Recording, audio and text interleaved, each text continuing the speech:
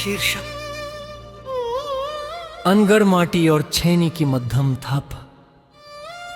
भेद गीली माटी और चाक की पहली घूरनन। शायद तुम्हें याद हो उस बूढ़े मूर्तिकार के शांत दालान की वो मध्यम सुबह, जब घूमते हुए लकड़ी के चाक के बीच अचानक ठहर सा गया था पूरा समा। तुम्हारी उंगलियों पर लिपटी वो गीली सौंधी माटियों, मेरे हाथ में लोहे की वो बारीक छेनी। जब हमारी खामोश नजरों ने बिना कुछ बोले ही गढ़ ली थी इस जीवन की अनकही कहानी। तुमने मिट्टी को दोनों हथेलियों से संभालते हुए कहा था, इसे रूप देना कितना कठिन है ना।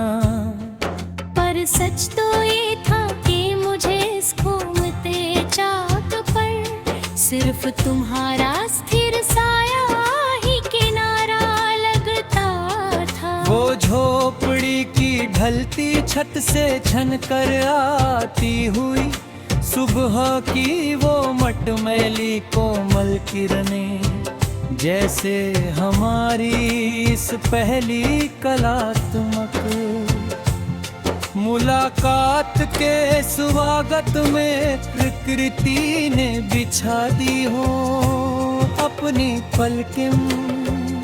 तुम्हारी कलाइयों पर जमा वो गीली लिट्टी के सूखे कण जो धूप की रोशनी में चमक उठते थे। खुदा गवाह है, उसे देख कर मेरी जिंदगी की हर उलझी हुई आपकी पल भर में सुधर जाती थी।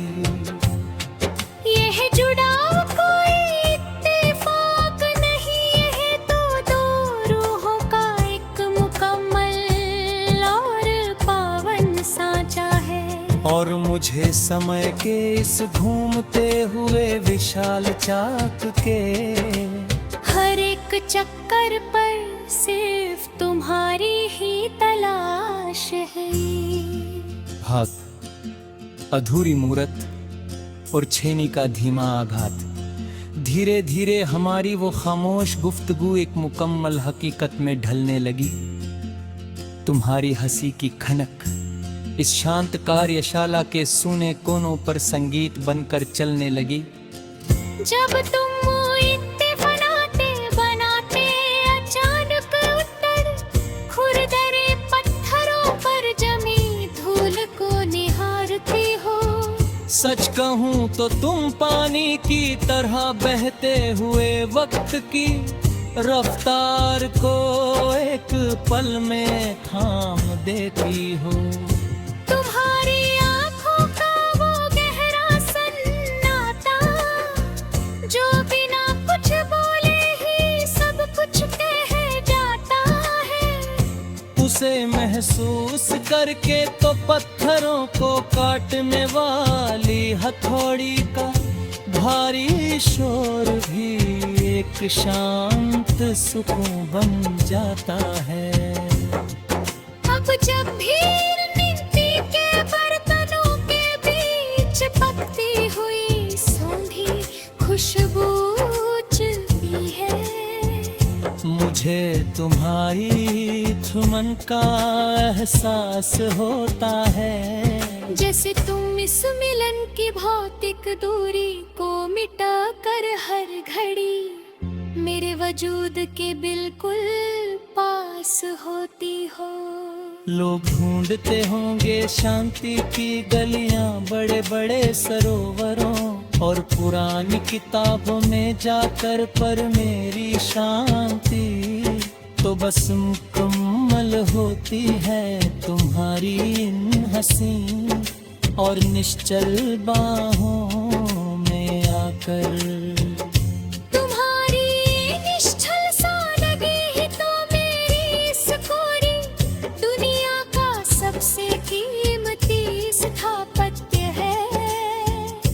तभी तो मैंने अपनी जिंदगी के इस कोरे कागज से पर सिर्फ तुम्हारा ही अक्स सजाया है।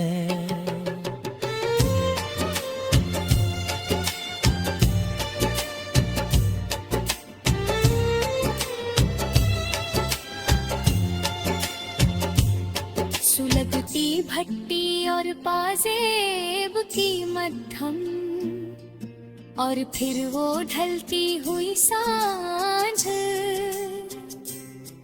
जब पूरा नभमंडल तांबे के मटमैले रंगे पूरी तरह रंग जाता है। तुम्हारा हाथ अपनी हथेली में पाकर मेरा वजूद एक असीम सुकून से भर जाता है।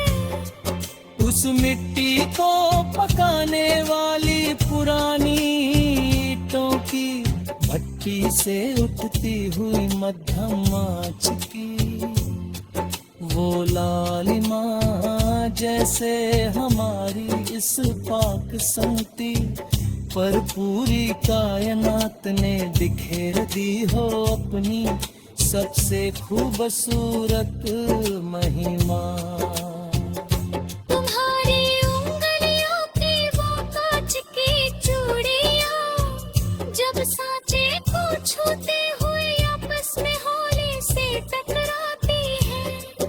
ऐसा लगता है जैसे इस शांत कार्यशाला की गहराई से कोई प्राचीन और पवित्र लोकगीत गाते हैं। तुमने एक बार शर्मा कर अपनी आंखें झुकाते हुए मुझसे बहुत धीरे से कहा था, ये रूप चाहे कितना भी कच्चा और नाजुक हो, मुझे हमेशा तुम्हारी परछाई बनकर रहना था।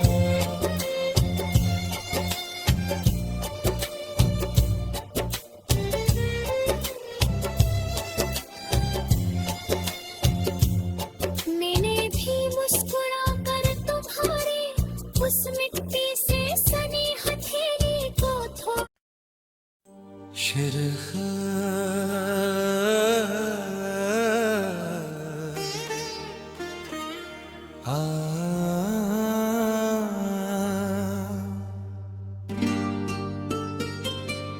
अंगर माटी और छनी की मध्यम थाप,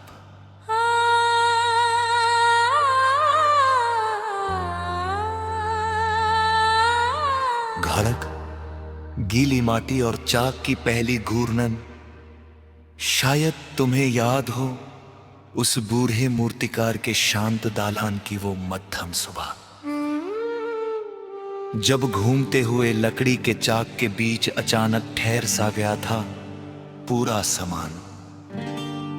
तुम्हारी उंगलियों पर लिपटी वो गीली सौंधी माटी और मेरे हाथ में लोहे की वो बारीक छेनी।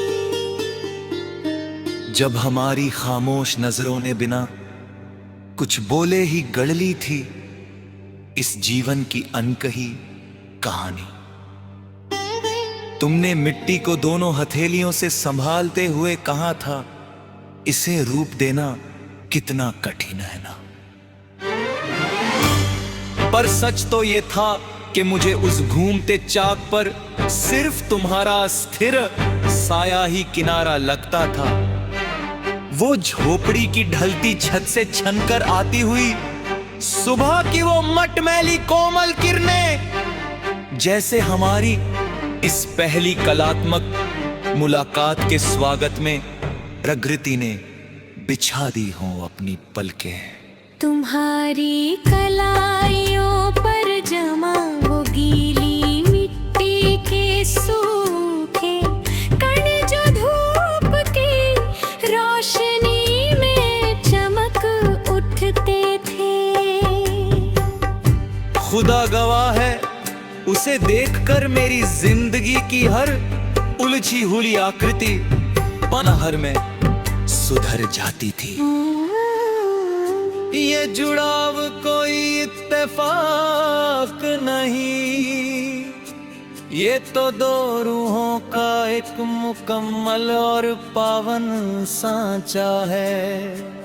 और मुझे समय के इस घूमते हुए विशाल चाक के हर एक चक्कर पर सिर्फ तुम्हारी ही तलाश है।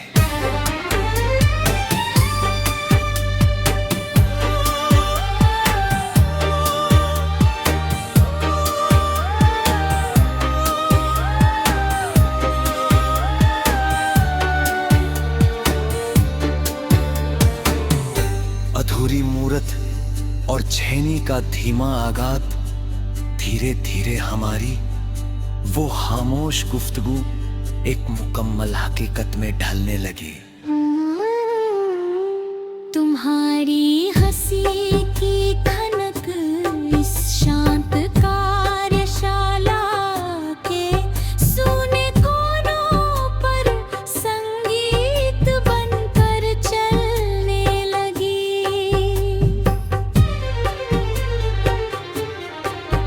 जब तुम मूरत बनाते बनाते अचानक रुक कर खुरदरे, पत्थरों पर जमी धूल को निहारती हो। सच कहूं तो तुम पानी की तरह बहते हुए वक्त की रफ्तार को एक पल में थाम देती हो। तुम्हारी आँखों का वो गहरा सन्नाटो जो बिना कुछ बोले ही सब कुछ कह जाता है।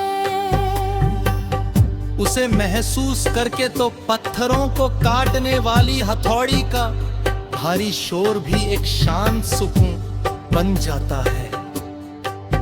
अब जब भी इन मिट्टी के बर्तनों के बीच पकती हुई सौंधी खुशबू चलती है, मुझे तुम्हारी ही छुआन का एहसास होता है। जैसे तुम इस मिलन की भौतिक दूरी को मिटाकर हर घड़ी मेरे वजूद के बिल्कुल पास होती हो।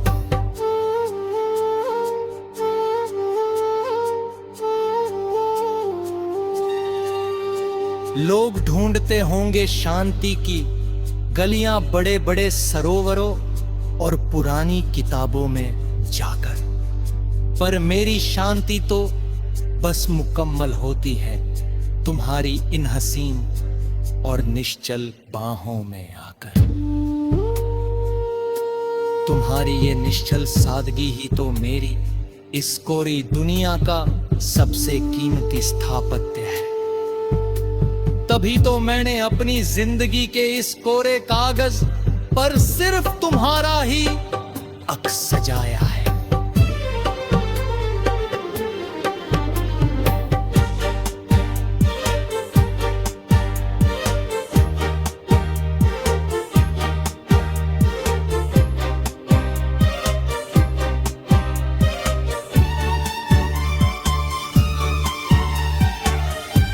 सुलगती भट्टी और पाजेब की मध्यम गूंज, और फिर वो ढलती हुई सांझ जब पूरा नभमंडल तांबे के मटमैले रंग में पूरी तरह रंग जाता है। तुम्हारा हाथ में हथेली में पाकर मेरा वजूद एक असीम सुकून से भर जाता है। उस मिट्टी को पकाने वाली पुरानी ईंटों की भट्टी से उठती हुई मध्यम आंच की वो लालिमा, जैसे जैसे हमारी इस पाक संगति पर पूरी कायनात ने बिखेर दी हो अपनी सबसे खूबसूरत महिमा। तुम्हारी उंगलियों की वो कांच की चूड़ियां जब सांचे को छूते हुए आपस में हौले से टकराती है, ऐसा लगता है जैसे इस शांत कार्यशाला की गहराई से कोई प्राचीन और पवित्र लोकगीत गाते हैं।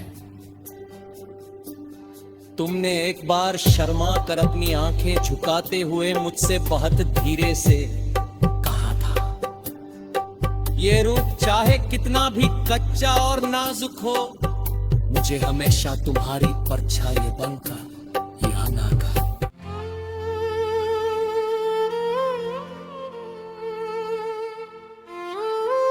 शीर्षक अनगढ़ माटी और छेनी की मध्यम थाप। भेद गीली माटी और चाक की पहली घूर्णन। शायद तुम्हें याद हो उस बूढ़े मूर्तिकार के शांत दालान की वो मध्यम सुबह, जब घूमते हुए लकड़ी के चाक के बीच अचानक ठहर सा गया था पूरा समा। तुम्हारी उंगलियों पर लिपटी वो गीली सौंधी माटियों, मेरे हाथ में लोहे की वो बारीक छेनी, जब हमारी खामोश नजरों ने बिना कुछ बोले ही गढ़ ली थी इस जीवन की अनकही कहानी। तुमने मिट्टी को दोनों हथेलियों से संभालते हुए कहा था, इसे रूप देना कितना कठिन है ना। पर सच तो ये था कि मुझे इस घूमते चाक पर सिर्फ तुम्हारा स्थिर साया ही किनारा लगता था। वो झोपड़ी की ढलती छत से छनकर आती हुई सुबह की वो मटमैली कोमल किरणें, जैसे हमारी इस पहली कलात्मक मुलाकात के स्वागत में प्रकृति ने बिछा दी हो अपनी पलकें। तुम्हारी कलाइयों पर जमा वो गीली लिट्टी के सूखे कण जो धूप की रोशनी में चमक उठते थे। खुदा गवाह है उसे देख कर मेरी जिंदगी की हर उलझी हुई आपकी पल भर में सुधर जाती थी। यह जुड़ाव कोई इत्तेफाक नहीं है, तो दो रूहों का एक मुकम्मल और पावन सांचा है। और मुझे समय के इस घूमते हुए विशाल चाक के हर एक चक्कर पर सिर्फ तुम्हारी ही तलाश है। भाग अधूरी मूरत और छेनी का धीमा आघात। धीरे धीरे हमारी वो खामोश गुफ्तगू एक मुकम्मल हकीकत में ढलने लगी। तुम्हारी हंसी की खनक इस शांत कार्यशाला के सूने कोनों पर संगीत बनकर चलने लगी। जब तुम इत्तेफानाते बनाते अचानक उतर खुरदरे पत्थरों पर जमी धूल को निहारती हो। सच कहूं तो तुम पानी की तरह बहते हुए वक्त की रफ्तार को एक पल में थाम देती हो। तुम्हारी आंखों का वो गहरा सन्नाटा जो बिना कुछ बोले ही सब कुछ कह जाता है, उसे महसूस करके तो पत्थरों को काटने वाली हथौड़ी का भारी शोर भी एक शांत सुकून बन जाता है। अब जब भी नीति के चिपकती हुई सौंधी खुशबू चलती है। मुझे तुम्हारी थुमन का एहसास होता है। जैसे तुम इस मिलन की भौतिक दूरी को मिटा कर हर घड़ी मेरे वजूद के बिल्कुल पास होती हो। लोग ढूंढते होंगे शांति की गलियां बड़े बड़े सरोवरों और पुरानी किताबों में जाकर, पर मेरी शांति तो बस मुकम्मल होती है तुम्हारी इन हसीन और निश्चल बाहों में आकर। तुम्हारी निश्चल सादगी ही तो मेरी इस कोरी दुनिया का सबसे कीमती स्थापत्य है। तभी तो मैंने अपनी जिंदगी के इस कोरे कागज से पर सिर्फ तुम्हारा ही अक्स सजाया है।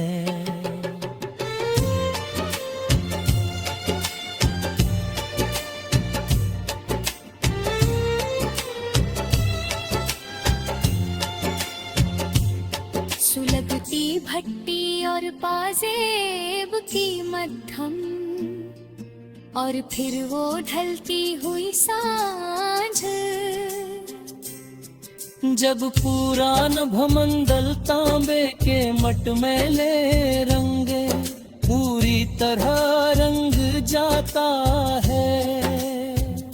तुम्हारा हाथ अपनी हथेली में पाकर मेरा वजूद एक असीम सुकून से भर जाता है। उस मिट्टी को पकाने वाली पुरानी ईंटों की भट्टी से उठती हुई मध्यम आंच की वो लालिमा जैसे हमारी इस पाक संगति पर पूरी कायनात ने बिखेर दी हो अपनी सबसे खूबसूरत महिमा। तुम्हारी उंगलियों की वो कांच की चूड़ियां जब सांचे को छूते हुए आपस में होली से टकराती हैं।